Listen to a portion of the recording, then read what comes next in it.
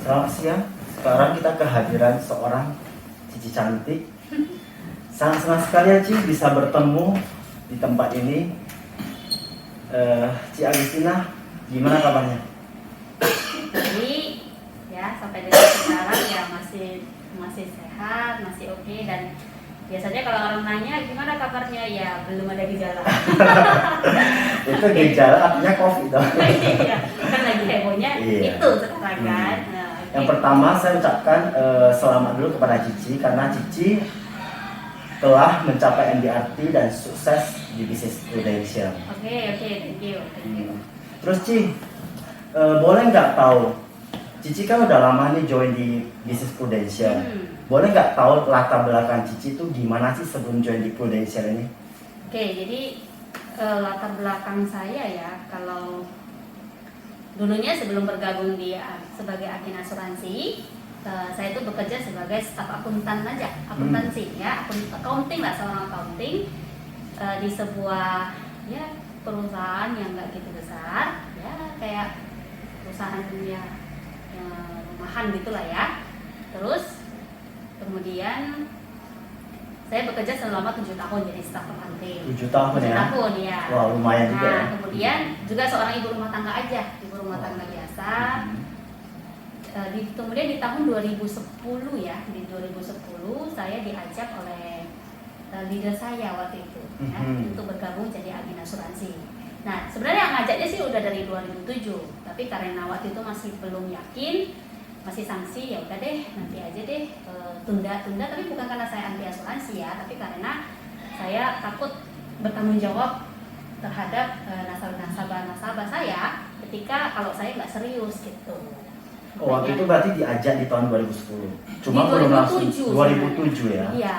Cuma belum join sama sekali Belum, pada saat belum. itu. Belum klik ya gitu ya. Iya, ceritanya. belum berani lah. Belum berani. Karena saya tahunya tanggung jawab sebagai seorang agen asuransi itu kan sangat besar ya. Nggak main-main ya. Kita menjual yang namanya asuransi jiwa, asuransi sakit kritis, rumah sakit kepada nasabah kita kan yang jumlahnya miliaran gitu kan. Betul. Jadi kalau misalkan kita nggak ngurus, kita nggak bertanggung jawab, itu kan sangat-sangat merugikan orang gitu.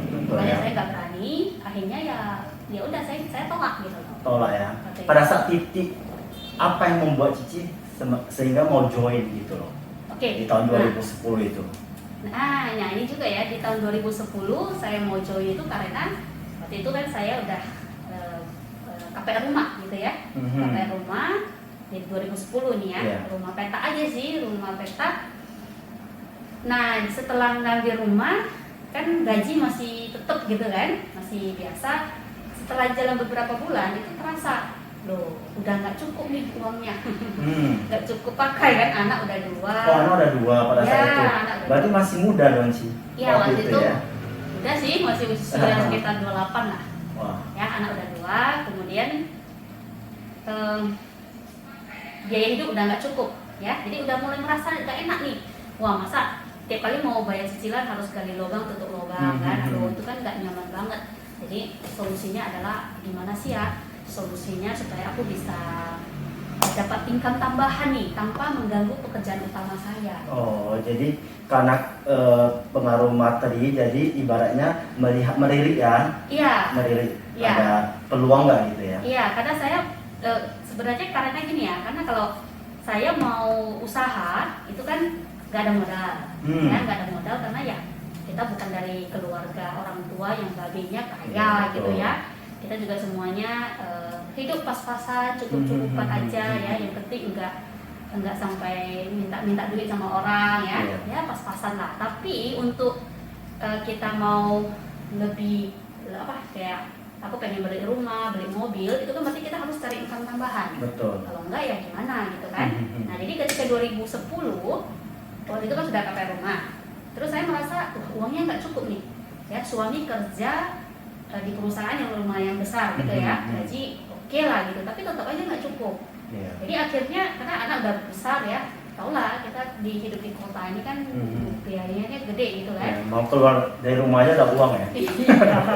Nah jadi makanya udahlah gimana sih caranya, pokoknya harus cari income tambahan. Usaha nggak bisa karena nggak ada modal ya, takut Dan juga pengalaman juga nggak banyak, jadi takut sekali juga ya kalau salah langkah kan bisa utangnya ratusan juta. Iya. Kalau usaha ya, kalau nggak pandai ya bisa aja ditipu orang lah atau dan sebagainya lah. Tapi intinya saya nggak berani meminjam uang untuk usaha, nggak berani ya, karena ya nggak ada background pengusaha juga, nggak. Karena Jadi konsekuensinya nggak gede ya. konsekuensinya tinggi sekali gitu. Terus yang ngajak itu dulu kan 2007 sampai 2010 baru join ya. Iya. Itu ada perubahan nggak sih sama yang ngajak itu?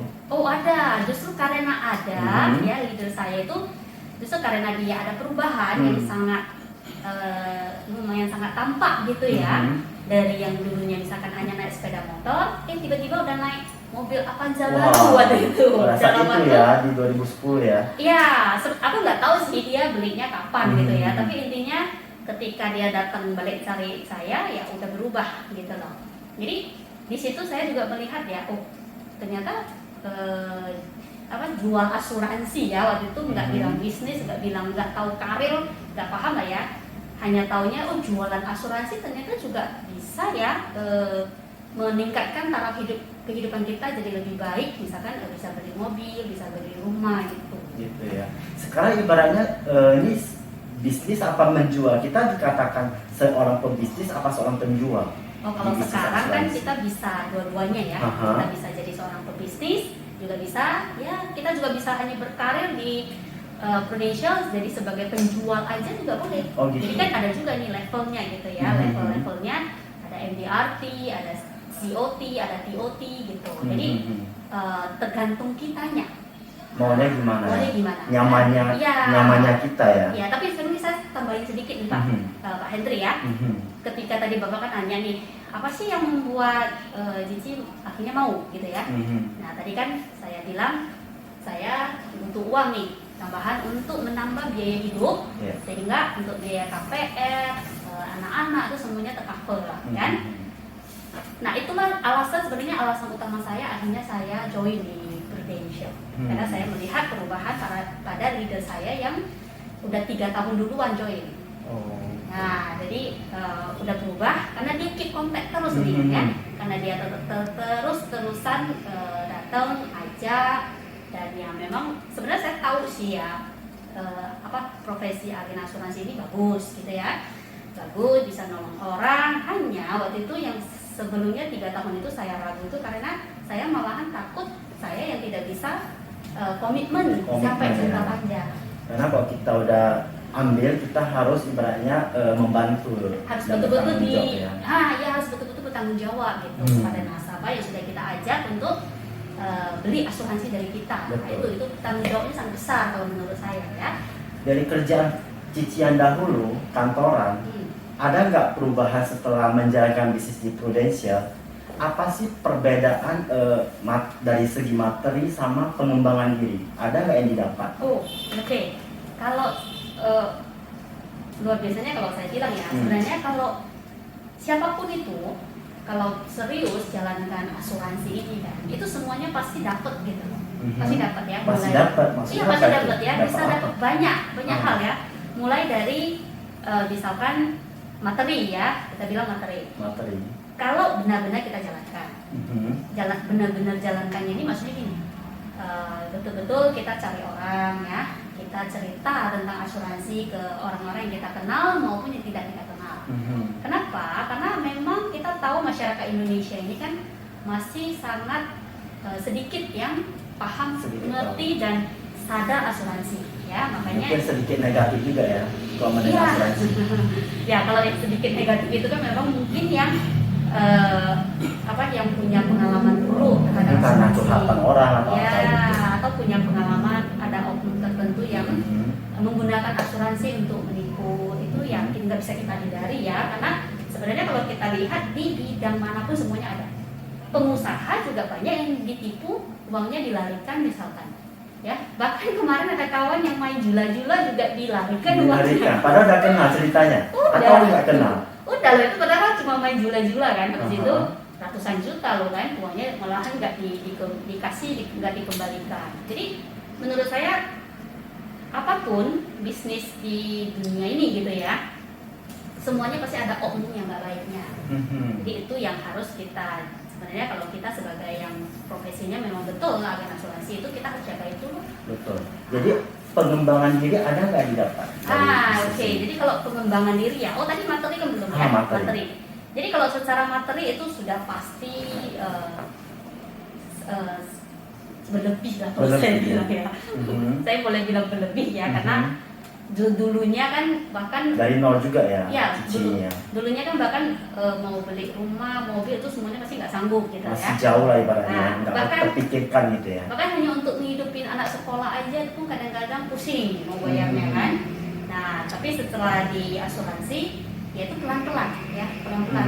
Memang nggak langsung drastis setahun langsung jadi OKB gitu ya, enggak juga ya, karena kan kita memang jalankan profesi asuransi ini yang benar gitu ya. Benar ini artinya apa ya? Kita tahu ya banyak sekali oknum yang nggak baik, misalkan yang misalkan klaim fiktif lah. Ada juga gitu ya. Gimana tapi maksudnya? ya itu nggak usah dijelasin lah ya. tapi ada juga tahu yang juga, ada juga ya. Ada juga yang kaya dengan cara kayak gitu. Nah, jadi tapi kan kita kan yang memang betul-betul agen yang jualan polis asuransi gitu ya. Jadi ya tentunya secara materi kita perlahan-lahan ya, tapi ya saya sangat bersyukur ya, artinya sampai dengan saat ini saya ya dari diri sendiri ya, berjuang diri sendiri, bisa lah untuk beli rumah ya, anak bisa sekolah di luar negeri, kemudian ya adalah mobil ya, rumah ya, rumah kedua ada ya. Sebenarnya rumah untuk saling jumpa udah ada juga ya minimal punya rumah sendiri lah gitu kan. Nah, itu yang paling penting sih kan, kita ya harapannya kita bekerja ada hasil ya. Enak-enaknya di asuransi ini juga apa yang kita lakukan hasilnya itu sesuai dengan apa yang kita kerjakan. Nah itu enaknya. Enaknya kerja asuransi nggak kerja asuransi itu? Sebenarnya ngobrol-ngobrol dan gimana pun bisa kerja gitu ya. Kalau nggak dibawa kalau nggak dibawa stres sekali, sebenarnya ini adalah profesi yang menurut saya cukup menyenangkan ya. Ya artinya yang penting positioningnya kita itu harus benar. Positioning artinya saya ya misalkan sebagai agen asuransi ini enggak sebagai orang yang peminta-minta. Misalkan nih saya Pak Hendrik kan, Pak, ayo dong Pak masuk asuransi sama saya gitu ya. Ya jangan yang begitu. Itu artinya positioning kita rendah. Ya, tapi yuk kita sejajarkan dalam arti Pak Hendrik, saya hari ini adalah sebagai seorang konsultan asuransi. Oke, nah saya punya nih proteksi. Ada kita ada banyak macam proteksi, tapi saya pengen cerita dulu dan kompol dulu dengan Bapak. Kira-kira kebutuhannya Bapak itu yang di mana dulu? Ya, apakah Bapak sudah punya kartu kesehatan belum? Karena itu yang paling dasar. Paling dasar itu ya. Kalau Bapak sudah punya, ayo mari kita cerita yang proteksi pertanggungan untuk sakit kritis. Nah, kalau banyak yang nggak mengerti kesehatan sama sakit kritis itu, banyak nggak mengerti, dipikirnya sama gitu. Padahal beda ya. Iya beda. Jadi fungsinya itu betul-betul beda. Sehingga kalau orang banyak ya masyarakat ya, masih banyak sekali masyarakat yang mengira pokoknya kalau asuransi saya sudah punya kartu sesuai tagihan itu berarti urusan udah beres. Padahal enggak sebenarnya. Ya, jadi tingkatan lebih atasnya lagi, misalkan ya kita kan bekerja ya. Saya sebagai pencari nafkah utama nih, karena saya seorang single parent misalkan ya. Saya sudah punya kartu, tapi saya juga butuh uang pertanggungan untuk sakit kritis. Nah tujuannya apa? Uang misalkan ya saya punya pribadi, misalkan saya ada 5M gitu ya. Saya ada 5M. Kalau terjadi resiko sakit kritis kepada saya, misalkan cancer gitu ya, nah otomatis kan saya harus berobat. Betul. Berobatnya itu adalah dengan menggunakan kartu kesehatan Black Cardnya Prudential misalkan ya, itu pasti di cover semuanya memang. Tapi saya kan selama sakit bisa aja saya nggak bisa bekerja. Betul. Kondisi saya bisa aja makin ngedrop gitu ya, karena namanya yang udah sakit kritis kan kita nggak tahu ya. Kesehatan gitu. Iya, jadi kan kita pasti mesti pulihkan dulu. Betul. Tentunya selama pemulihan kita pasti akan kehilangan income. Nah, kalau saya sebagai agen asuransi masih boleh dibilang kita lumayan ya, karena kita masih bisa bertahan. Karena komisi kita kan masih jalan terus gitu ya. Nah, gimana ceritanya kalau yang dia adalah aktif gitu ya? Pada saat kerja masih dapat uang. Iya, seorang pengusaha yang dia harus terjun ke luar kota misalkan ya untuk menawarkan produknya, atau dia sebagai seorang karyawan tapi yang posisinya tinggi. Misalkan seorang direktur yang gajinya udah ratusan juta. Nah, ketika dia sakit, biasanya sih 3 bulan pertama masih oke dikasih gaji. Tapi kalau 3 bulan pertama nggak sembuh-sembuh, itu bisa aja dirumahkan. Iya, Dirumahkan ini caranya. artinya ya, dirumahkan ini artinya ya, ya sudah, nanti deh kalau misalkan bisa sembuh baru balik gitu.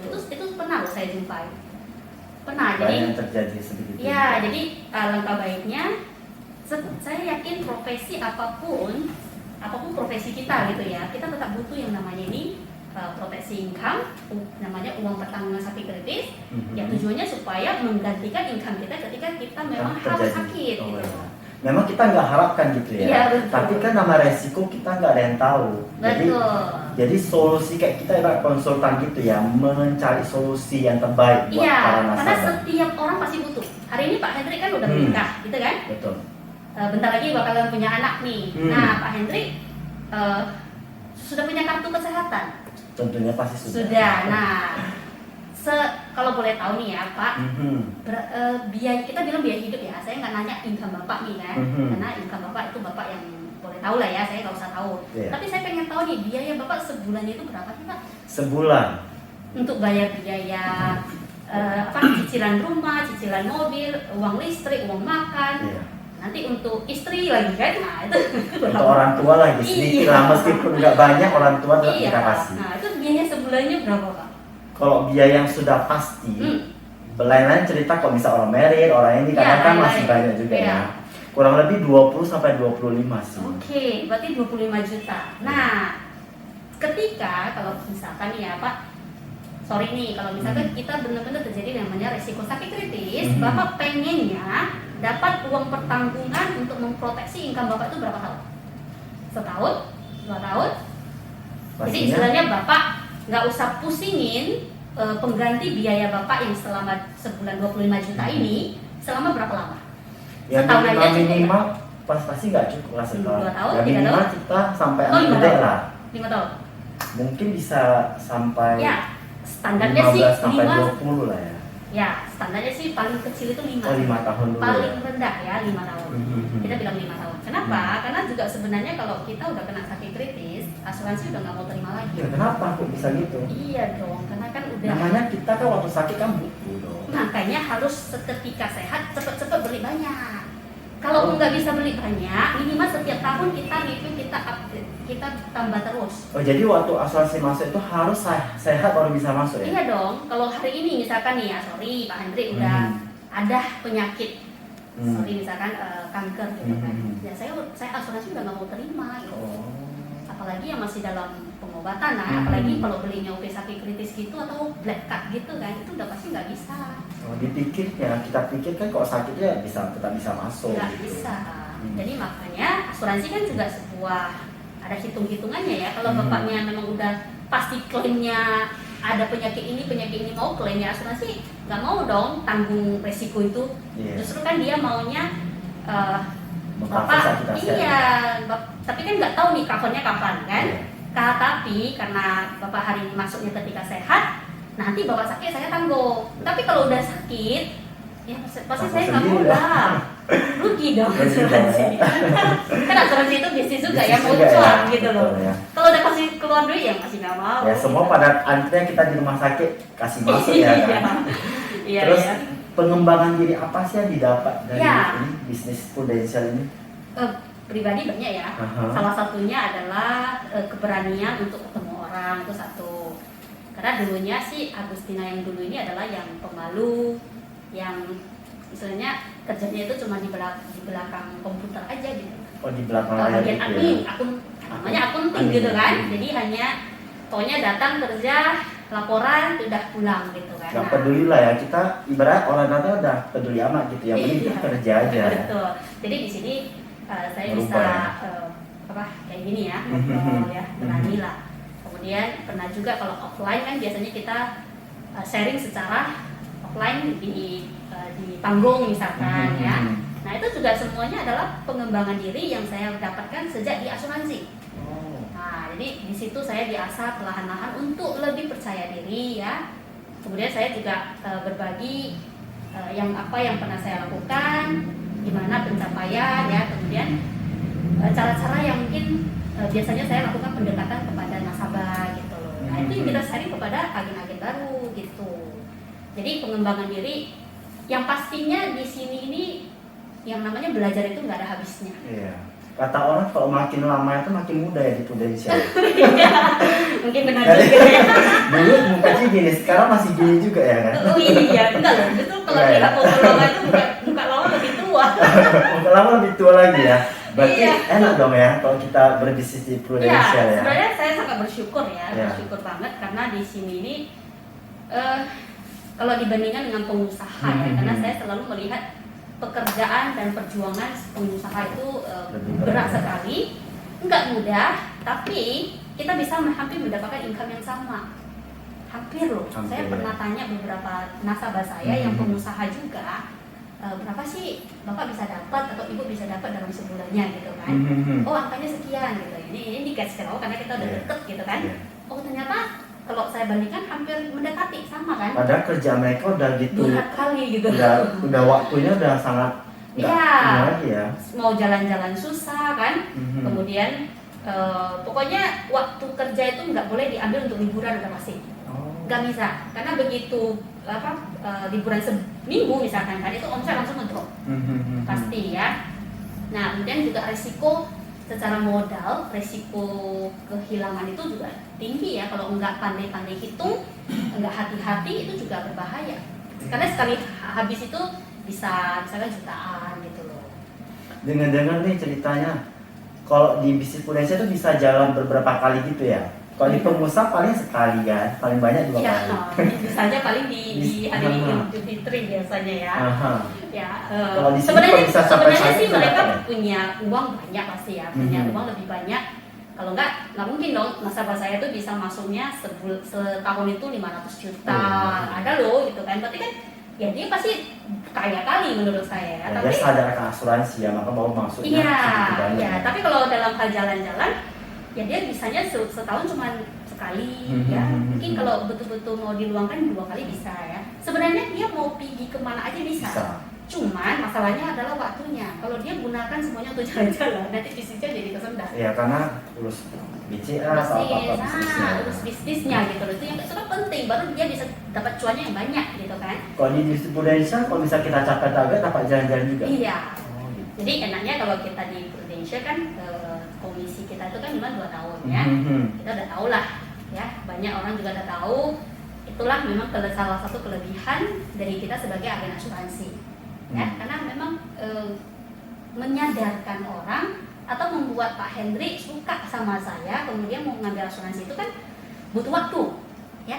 Nggak bisa hari ini kayak saya jualan baju, Pak Hendrik langsung udahlah cincang-cincang ambil 1 baju lah sama Agustina gitu kan. Tapi kan ambil 1 baju udah selesai. Tapi beda dengan asuransi. Saya ngajaknya belinya 10 tahun loh. Betul. Atau Apa apalagi lumayan 10 tahun ya. iya, apalagi yang kalau bayarnya seumur hidup ada juga kan. Nah itu kan berarti nasabah harus betul-betul punya pertimbangan, saya mampu nggak ya, saya sanggup nggak, dan kemudian saya percaya nggak nih sama Pak Hendriknya misalkan.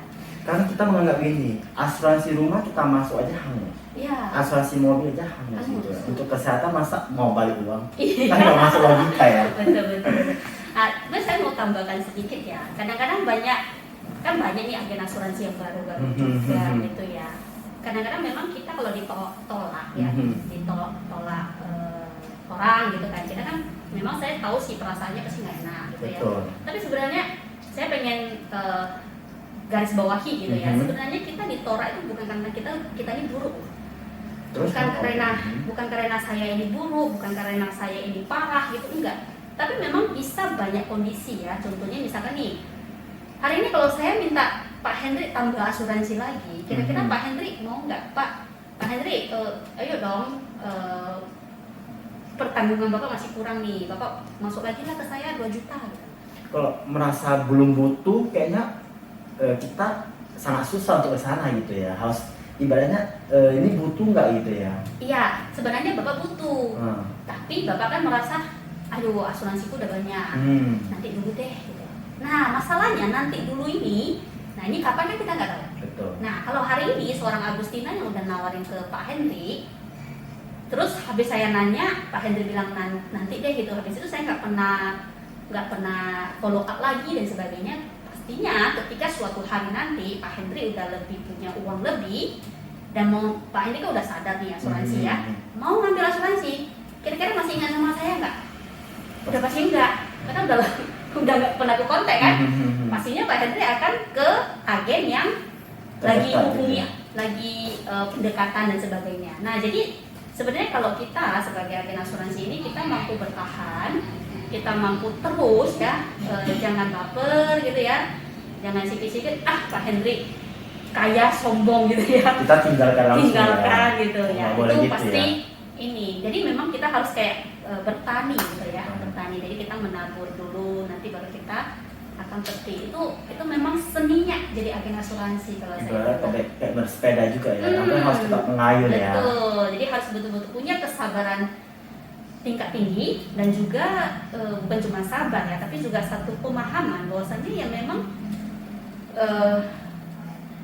prosedur ya untuk berhasil di agen asuransi ini ya seperti ini gitu.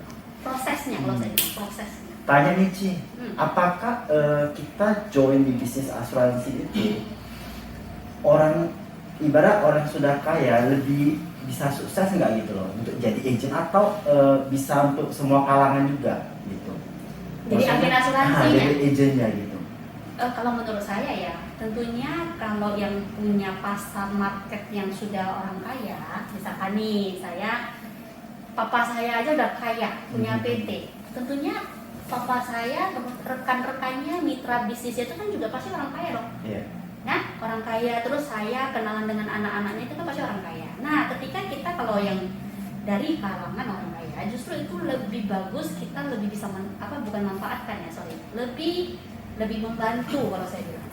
Ya, lebih membantu itu artinya kita punya peluang lebih besar, lebih baik dibandingkan ya misalkan nih saya kan jelas-jelas dari keluarga yang sangat sederhana ya. Keluarga saya dulunya saya masih ingat betul ya, waktu ketika saya memulai itu makanya kita naiknya juga pelan tapi pasti.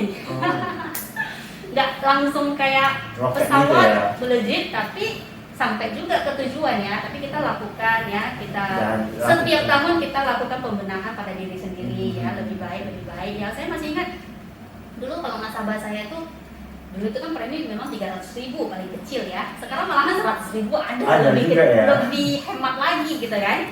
Nah dulu aja 12 tahun yang lalu itu saya ngajaknya tuh premi 300 hampir semuanya nasabah itu preminya 300 gitu loh. Tapi ya itu dari kawan-kawan ya, dari teman wihara ada, teman kerja ada, dari family juga ada gitu. Jadi pelan-pelan itulah yang membawa perubahan pada diri saya, keluarga gitu.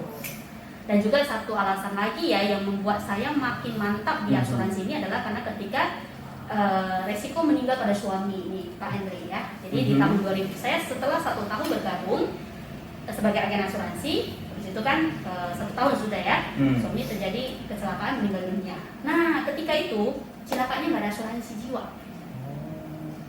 Nah ini juga satu pelajaran gitu ya. Kadang-kadang kita anggap orang muda ini pasti nggak bakalan cepat mati lah gitu ya. Padahal sebenarnya enggak, karena usia itu tidak ada yang tahu kapan kita akan dipanggil balik gitu ya, nggak ada yang tahu. Jadi itu juga satu pelajaran bagi saya, sehingga ketika sekarang saya jadi agen asuransi, saya selalu mengedukasi ya teman-teman saya, nasabah saya, yang meskipun kamu masih muda, tapi belum tentu nggak terjadi risiko. Ya, apalagi kita setuju ya sama-sama bahwasanya zaman sekarang ini banyak penyakit baru yang menyerang orang muda. Kayak contoh salah satunya yang baru-baru kita hadapi ya, kayaknya virus gitu ya. Iya, salah satunya ya, kan? Gara-gara COVID ini kan juga banyak loh yang usia muda yang tiba-tiba meninggal juga ada. Ya. Makanya tidak ada yang pasti, sehingga itu juga jadi satu ini ya untuk kita agen asuransi ini sebenarnya waktu kita untuk bercerita ke orang itu sebenarnya sangat-sangat nggak banyak gitu. Jadi sebenarnya kita harus lebih rajin lagi untuk mengedukasi masyarakat Indonesia supaya minimal orang-orang yang kita kenal dulu, orang-orang dekat kita ya, minimal mereka semuanya terproteksi. Itu penting banget. Karena ketika suami saya meninggal tanpa asuransi, wah itu susah. saya betul-betul merasakan kepahitan dalam hidup. Ibaratnya dari seorang yang di rumah gitu menjadi mau pencari uang, betul nggak? Betul, tiba-tiba punya hutang harus dibayar, pasti ada lah hutang kartu kredit itu kan lumayan juga ya. Hutang kartu kredit lah, biaya anak lah, sekolah itu semuanya jadi tanggungan saya sendiri. Apalagi anak udah ada ya? Ya, nggak ada asuransi jiwa kan sama sekali, tiba-tiba hilang satu pencari nafkah utama. Jadi uang masuk paling besar ini hilang. Ya, jadi gimana? Ya makanya saya harus jadi kayak betul-betul kerja keras di asuransi dari pagi sampai malam gitu, kerjanya prospek aja kan. Tapi justru di asuransi lah harapan saya satu-satunya. Karena kalau saya kerja sama orang, waktu itu gaji saya masih ingat ya, gaji cuma 2 juta paling tinggi. Karena saya juga hanya tamatan SMA. Saya juga tidak sempat kuliah ya, tidak sempat kuliah karena tidak ada dana ya, sebenarnya nggak ada uang lah untuk kuliah, sehingga ya sudah yang nggak kuliah. Makanya kerja sama orang tuh kita nggak bisa harap gaji tinggi. Apalagi Cici yang dari seorang admin nggak ada basic marketing, bisa juga ya sukses di dunia asuransi. Itu namanya ya. kepepet Ya. Itu namanya ilmu kepepet. Dan dulu Cici sudah naik kereta juga. Kereta, sepeda motor ya. Sepeda motor. Ya lah, naik kemana-mana itu saya bisa beli mobil itu kalau nggak salah di tahun 2014. Jadi setelah 4 tahun. 4 tahun. Nah, jadi bukan berarti selama 4 tahun itu nggak ada hasil ya, tapi karena selama 4 tahun itu fokusnya itu bayar hutang. Nah, jadi memang masih ada lah hutang-hutang, misalkan hutang kartu kredit lah, hutang sama kawan gitu juga ya. Ketika saya betul-betul butuh, ya untungnya ada teman saudara yang masih percaya ya kasih pinjaman. Ya udah selama 4 tahun itu saya lunasi dulu semuanya. Nah, habis itu saya baru pelan-pelan ya beli mobil. Habis itu baru di 2015 beli rumah ya. Nah, baru kemarin di tahun lalu 2021 beli rumah lagi. Wow, kongres ya. Pelan-pelan tapi pasti. Nah, sekarang masih single factor ya? Iya. Harus ya. Harus, karena ya? Memang begitulah pekerjaan kita ya. Sebenarnya kalau kita nggak menganggap ini sesuatu beban, kita bisa kok menjalani profesi ini dengan lebih nyaman.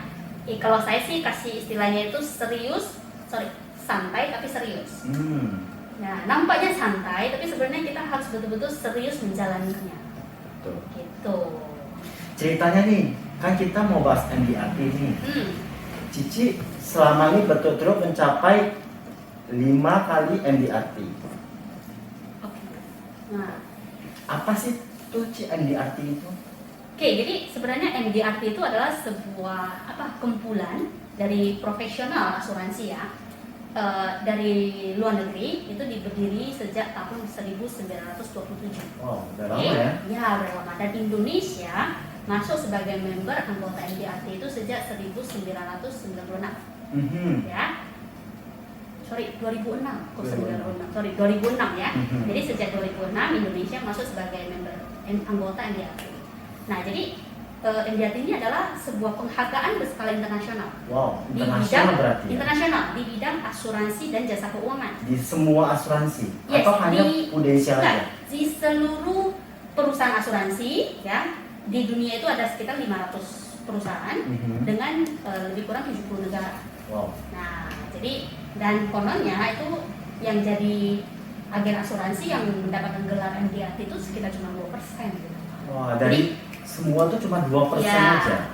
Jadi kita ini yang masuk jadi member MDRT itu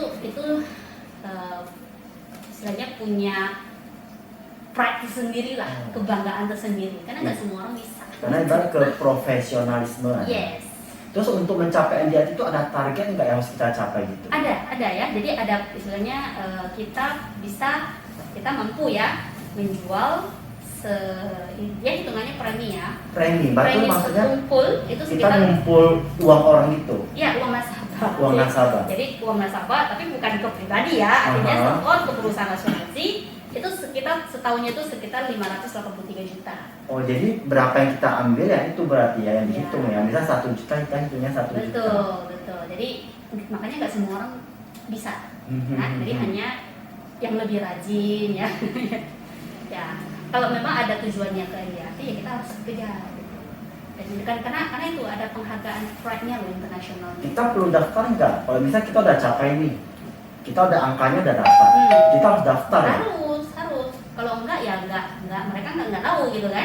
Kalau kita nggak daftar, pihak agensi nggak tahu, terus kita dari company apa gitu.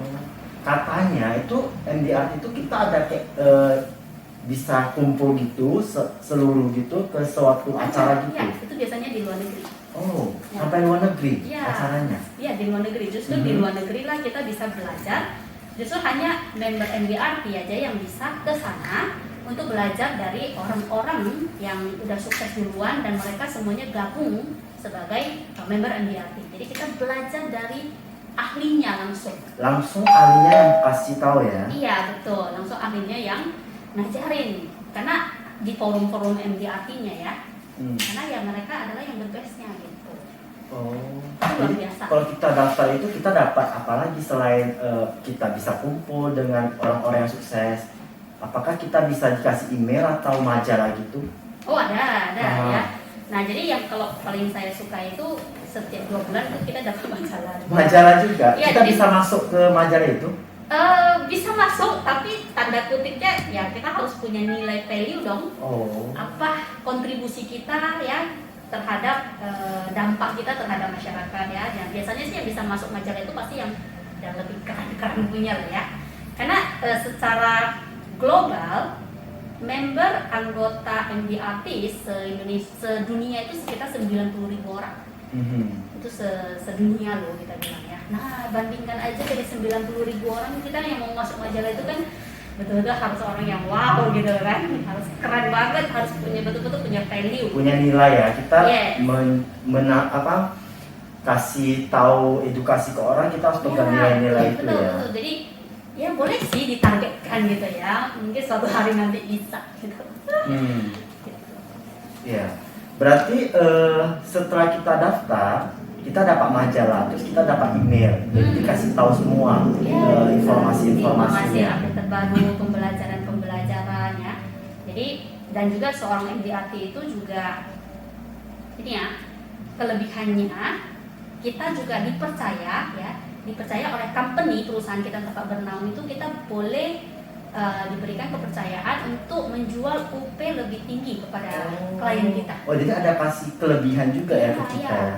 Jadi biasanya yang mungkin beli 10M udah harus kena medical, nah kalau di agen MDRT nggak kena gitu. Karena dipercaya, dikasih privilege, istilahnya prestis gitu lah Karena ya. kita ada suatu pencapaian gitu ya. Yes. Terus dengan nih Prudensia pemegang nomor 1 ya untuk MDRT ya. Iya betul, untuk Indonesia. Untuk MDRT Paling banyak. paling banyak. Paling Berapa? banyak. Kalau nggak salah 1.940 ya. Iya, untuk tahun lalu loh itu loh. Untuk tahun lalu aja ya. 2022 ini belum tahu ya. Wow, Kita lihat kongres di ya. ujungnya. Kenapa sih sebagai seorang agent itu harus mencapai MDRT? Kenapa kita harus mencapai itu gitu loh? Iya, yang Kita kan pertama- bisa juga yang biasa-biasa aja. Oh beda. Yang pasti kalau udah MDRT itu personal brandingnya lebih baik. Itu udah pasti Personal ya. branding. Karena kita akan masuk ke buku success story-nya MDRT. Nah, itu nama kita akan masuk dan akan diingat terus gitu Wow, ya. Itu kayak satu. nggak masuk koran ya, Iya. koran beda ya. Kalau biasa kan masuk koran itu artinya udah nggak Iya, ada gitu ya. pokoknya kalau udah MDRT itu pasti keren lah karena orang udah tahu ya ini tarafnya internasional gitu. Terus yang kedua kita bisa belajar langsung ya, ada pelatihan-pelatihan khusus untuk member MDRT.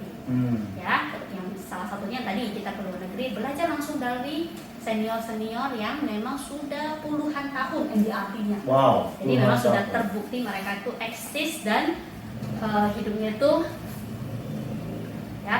itu adalah untuk asuransi gitu loh. Iya. Nah, ya, jadi itu ya, jadi mereka betul-betul adalah orang-orang yang memang sudah hidupnya itu diberikan untuk asuransi, untuk edukasi masyarakat sehingga punya proteksi.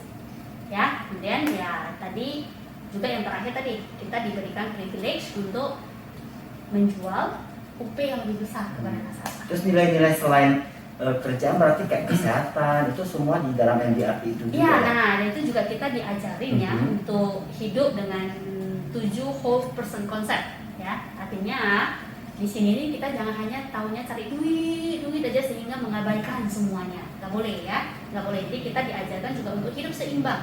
Ya, hidup seimbang itu meliputi apa aja. Misalkan nih kita harus secara keluarga harus yang istilahnya jangan karena sibuk kerja asuransi keluarga terbengkalai ya jangan ya. Karena kerja Iya, jadi keluarga juga harus seimbang ya, harus bagi waktu juga untuk keluarga. Kemudian kesehatan, harus jaga kesehatan, jangan kerja aja sampai tapi penyakitan gitu. Udah ada uang pada saat itu sakit kita gitu ya, nggak bisa nikmati ya. Iya. Kemudian ada education dan personal growth ya, artinya pengembangan diri, kita belajar sharing ya, berbagi ke orang, sharing. Kemudian juga ada karir di sini ya, finansial kita gimana? Jangan kita ngajarin kita edukasi masyarakat nasabah untuk harus ada saving dan sebagainya, tapi kita sendiri berantakan gitu ya. Jadi kita yang kasih ke orang, tapi kita nggak masuk gitu ya. Tak tahu Nah, kejadian kita minta sama orang. Ya, itu kacau gitu ya. Itu Tapi ya. bisa juga terjadi begitu ya. Ada juga sih. Ya mungkin aja tapi bukan kita aja ya. Nah, kemudian juga ada servicing dan juga giving ya. Artinya kita gimana memberi dan melayani nasabah. Ya, nah kemudian terakhir itu kita spiritual ya. Jadi langkah baiknya kalau kita bisa menyeimbangkan ketujuh konsep ini kan, sehingga kita bisa menjadi agen asuransi yang lebih baik, yang misalnya pokoknya semakin mencintai pekerjaan kita ini. Emang keuntungan apa sih yang didapat seorang nasabah kalau misalnya dia mendapat agent yang MDRT itu? Keuntungannya apa gitu? Pastinya si nasabah ini nggak usah khawatir si agennya ini agen abal-abal gitu. Oh, banyak juga abal-abal. Maksudnya gimana tuh sih abal-abal? Abal-abal itu maksudnya yang belum serius, yang belum serius gitu ya. Oh, banyak yang yang ibaratnya masih sambil-sambil gitu ya. Betul. Jadi tapi ya memang kan kita tahu ada banyak agen baru ya. Yeah. Juga bukan berarti setiap kali agen baru itu pasti agen yang nggak benar, nggak juga ya. Tapi ada juga agen yang nggak benar, ada juga. Nah jadi ini masalah kan agen baru juga harus punya ada waktu ya, untuk beradaptasi ya, untuk membuktikan bahwasanya dia itu benar loh. Karena nggak mungkin kayak membalikan telapak tangan. Ya, karena dulu saya waktu mulai saya juga betul-betul dibantu, diberikan kesempatan, kepercayaan oleh nasabah saya itu sehingga saya bisa sampai hari ini. Jadi mereka support saya ya, meskipun waktu itu saya masih naik sepeda motor.